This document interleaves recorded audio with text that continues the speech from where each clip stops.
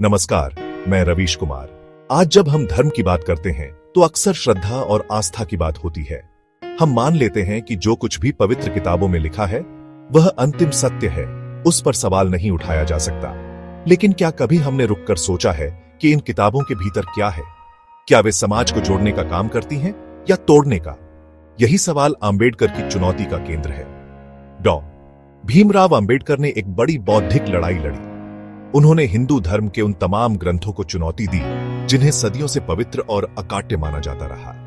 आंबेडकर का उद्देश्य किसी की आस्था को ठेस पहुंचाना नहीं था, बल्कि यह दिखाना था कि इन ग्रंथों में लिखी बातें कैसे अन्याय, भेदभाव, शोषण, इन बदलावों को जायज ठहरा देती है।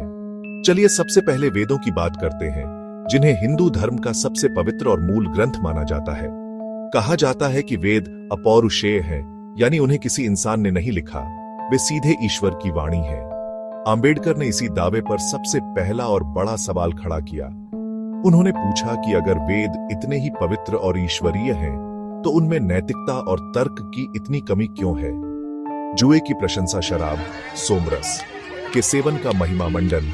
इसके बाद आते हैं उपनिषद, जिन्हें वेदांत यानी वेदों का अंतिम भाग और दर्शन का शिखर माना जाता है। सुनने में यह बहुत आकर्षक लगता है कि हर व्यक्ति में ब्रह्म का अंश है, सब एक हैं। तो फिर यह वर्ण व्यवस्था और छुआछूत कहां से आई? उपनिषदों का यह महान दर्शन सामाजिक यथार्थ के धरातल पर आकर पूरी तरह फेल हो जाता है। यह दर्शन केवल कुछ चुनिंदा लोगों के लिए था। आम जनता, खासकर शूद्रों और महिलाओं के लिए इसके दरवाजे बंद थे।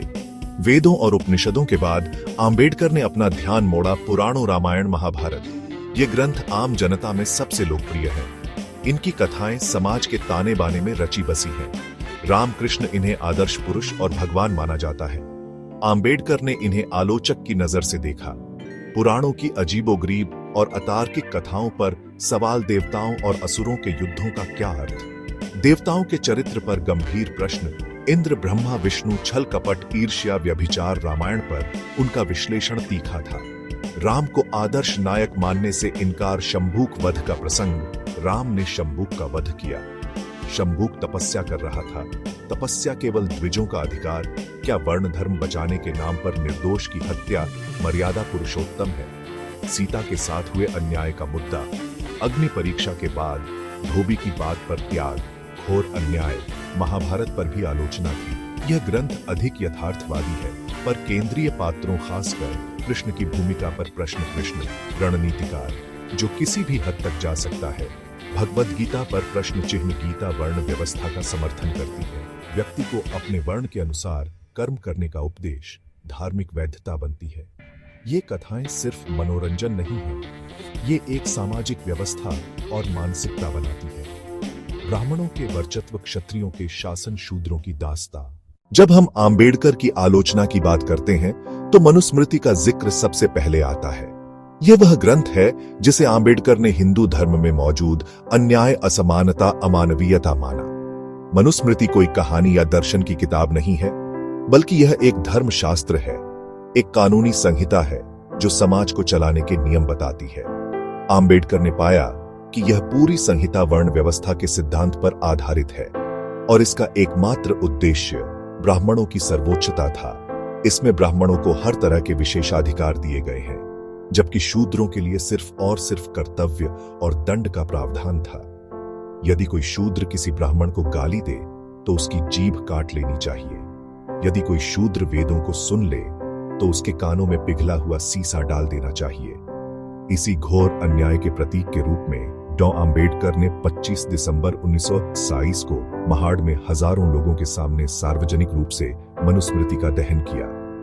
यह एक ऐतिहासिक और क्रांतिकारी घटना थी। यह सिर्फ एक किताब को जलाना नहीं था, बल्कि उस पूरी सामाजिक व्यवस्था और मानसिकता को जलाने का प्रतीक था जो हजारों सालों से करोड़ों लोगों का शोषण कर रही थी। आंबेडकर यह संदेश देना चाहते थे कि दलित और बहुजन समाज अब इन अपमानजनक नियमों को मानने के लिए तैयार नहीं है। वे अब समानता चाहते हैं, वे अब स्वतंत्रता चाहते हैं, वे अब सम्मान चाहते हैं, और इसके लिए वे हर धार्मिक विधान को चुनौती देंगे जो उनके रास्ते में आया।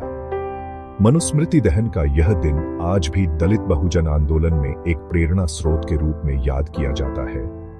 आम्बेडकर का तर्क था कि मनुस्मृति और अन्य धर्मशास्त्र ही वह कानूनी आधार हैं जिन्होंने जाति व्यवस्था को इतना मजबूत और स्थायी बना दिया।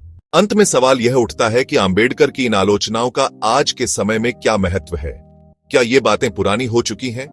इसका जवाब है नहीं। आम्बेडकर द्वारा उठाई गई पहेलियां आज भी हमारे समाज के सामने खड़ी हैं। उन्होंने हिंदू धर्म के ग्रंथों की जो चीर-फाड़ की, वह सिर्फ एक अकादमिक अभ्यास नहीं था, बल्कि वह सामाजिक मुक्ति का एक घोषणा पत्र था। उन्होंने दलित बहुजन समाज को वह बौद्धिक हथियार दिया जिससे वे अपने शोषण को समझ सकें और उसके खिलाफ आवाज उठा सकें। उन्होंने सिखाया कि जो व्यवस्था आपको सम्मान नहीं देती, उस पर सवाल उठाना आपका अधिकार ही नहीं बल्कि कर्तव्य भी है। आम्बेडकर ने धर्म की भक्तिपूर्ण व्याख्या की जगह की उसकी एक राजनीतिक और सामाजिक व्याख्या प्रस्तुत की जो पहले कभी नहीं हुई थी। आम्बेडकर की आलोचनाएं दलित बहुजन आंदोलन के लिए प्रेरणा का सबसे बड़ा स्रोत बनी।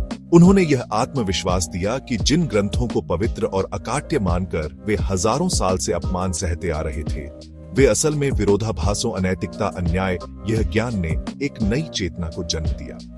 लोगों ने समझना शुरू किया कि उनकी गरीबी और पिछड़ेपन का कारण उनके पिछले जन्म के कर्म नहीं, बल्कि यह ब्राह्मणवादी सामाजिक व्यवस्था है जिसे धर्मशास्त्रों का सहारा लेकर उन पर थोपा गया है।